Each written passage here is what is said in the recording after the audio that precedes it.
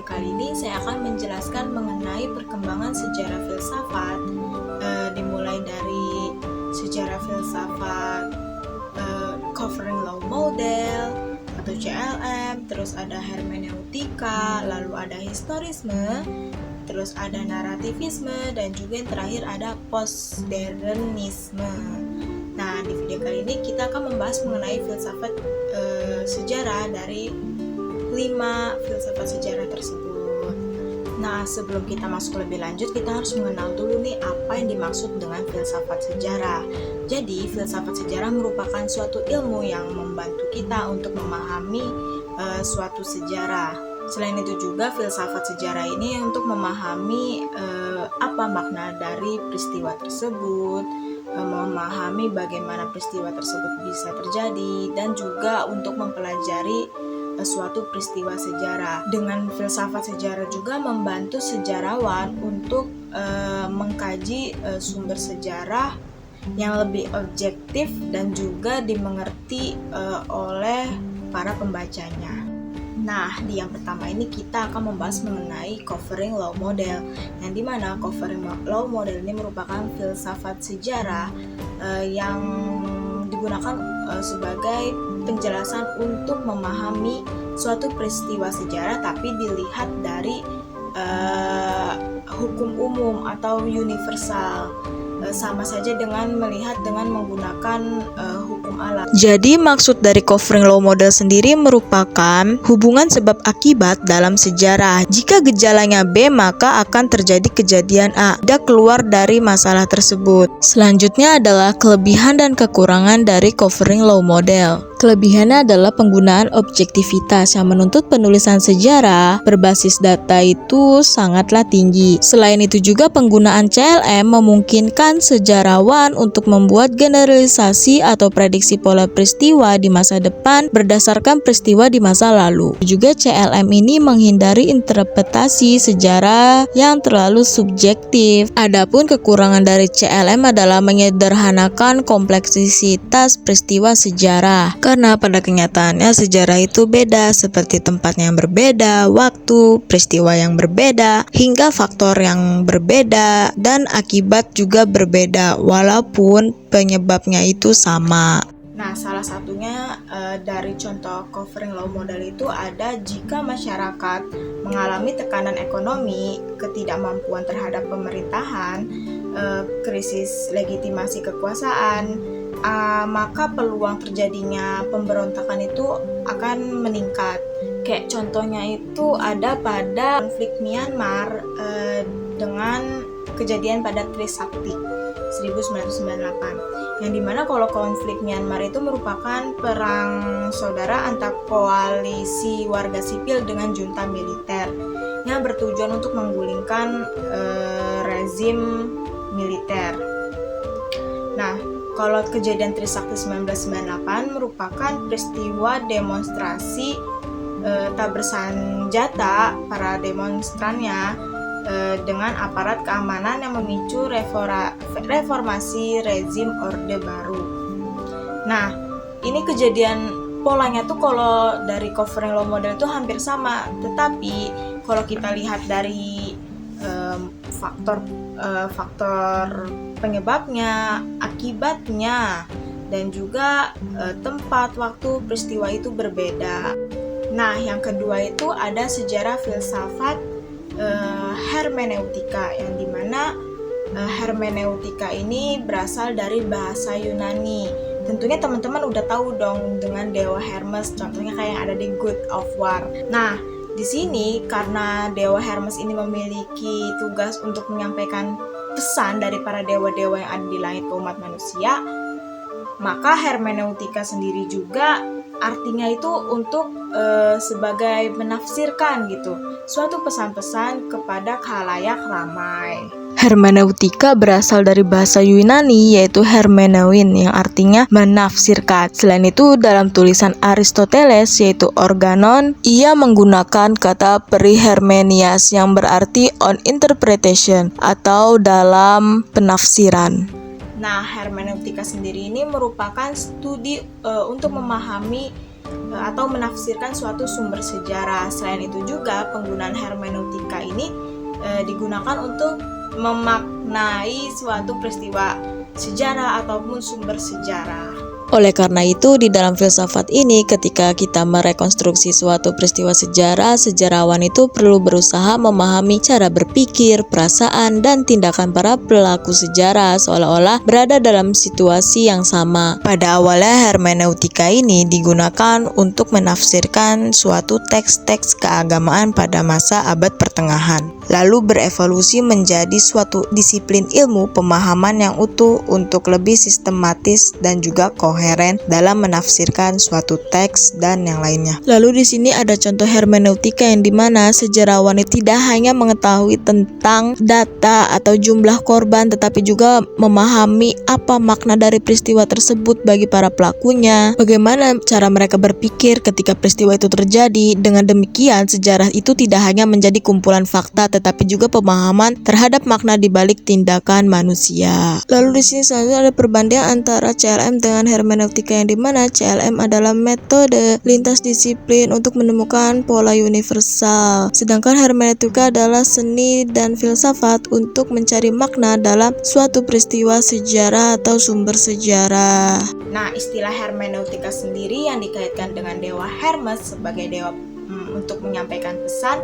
Menurut Richard Palmer, hermeneutika ini memiliki 3 dimensi. Yang pertama adalah to say, lalu ada to explanation, dan juga to translation.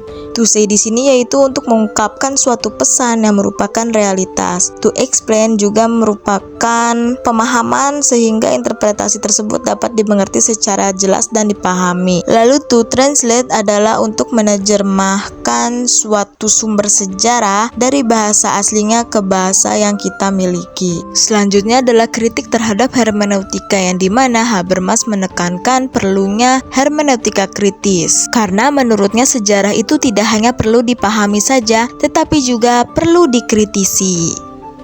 Nah, selanjutnya yang ketiga dan keempat itu ada filsafat sejarah, historisme, dan juga narativisme. Pada historisme memandang bahwa segala fenomena, nilai, dan realitas sosial hanya dapat dipahami sepenuhnya melalui proses perkembangan sejarahnya. Jadi, melalui pemikiran historisme ini, para sejarawan itu menghadirkan kembali peristiwa penting bangsa-bangsa mereka melalui bukti-bukti yang ada dan nyata. Nah, berbeda dengan narativisme yang berasal dari kata narration atau menarasikan suatu cerita, menurut Johann Gustav Dorissen itu bahwa narativisme ini merupakan kisah memiliki kemampuan untuk merangkai suatu cerita-cerita atau peristiwa-peristiwa itu menjadi suatu cerita satu kesatuan yang utuh. Adapun contoh dari historisme sendiri, kayak contohnya tuh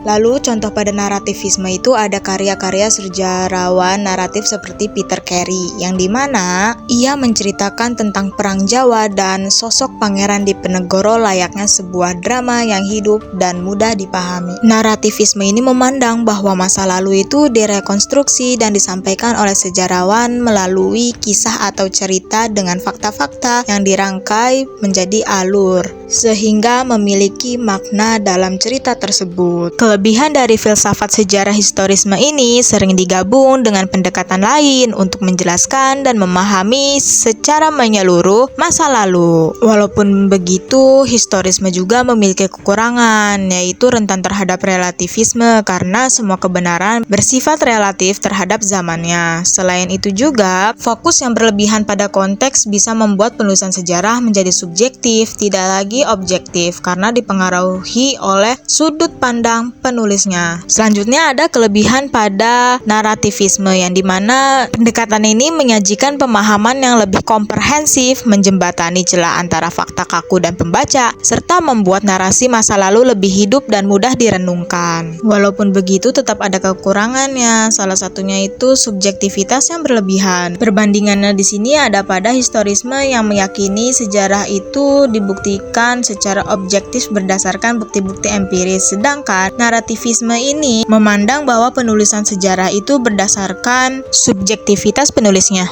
Nah, selanjutnya ada filsafat sejarah yang terakhir, yaitu filsafat sejarah postmodernisme, yang dimana postmodernisme merupakan gerakan pemikiran abad ke-20 yang skeptis terhadap rasionalisme dan narasi besar seperti agama, sains, atau kemajuan teknologi. Filsafat sejarah postmodernisme sendiri juga itu merupakan bagaimana kita cara untuk menelaah versi tunggal sejarah, yang dimana kita tuh ditantang untuk berpikir kritis supaya dalam sejarah juga kenyataannya tuh nggak cuman dari satu pandangan saja, banyak dari berbagai macam pandangan. Makanya di dalam postmodernisme ini kita tuh ditantang untuk berpikir kritis. Salah satu contohnya ada pada peristiwa Geger Cilegon, yang dimana menurut orang kolonial Belanda, Geger Cilegon ini merupakan suatu kudeta atau pemberontakan yang dilakukan oleh masyarakat Cilegon. Sedangkan masyarakat Cilegon ini merupakan suatu perlawanan untuk melawan ketidakadilan. Dalam filsafat sejarah postmodernisme ini, sejarah tuh enggak lagi hanya suatu pandangan objektif saja, melainkan sebagai konstruksi subjektif yang dipenuhi oleh bias kekuasaan.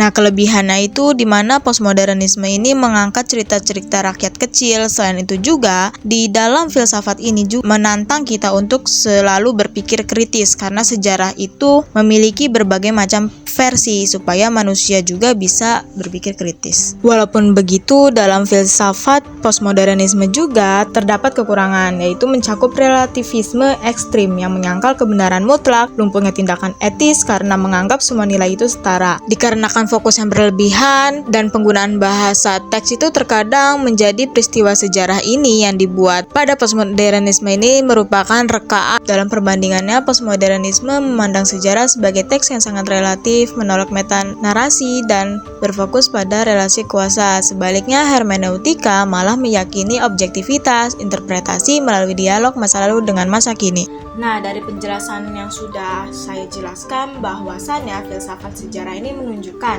bahwa peristiwa masa lalu itu dapat dipahami melalui berbagai pendekatan seperti covering law model, hermeneutika, lalu ada historisme, narativisme, dan postmodernisme.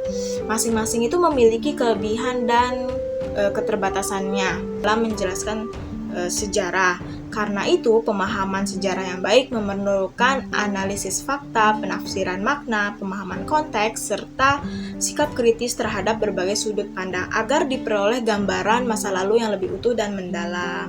Makanya walaupun mereka memiliki keterbatasan masing-masing dan kritik masing-masing terhadap filsafat itu, jadi dengan menggabungkan pendekatan ini akan memberikan kita untuk memiliki gambaran masa lalu yang lebih utuh dan juga mendalam. Itu guys.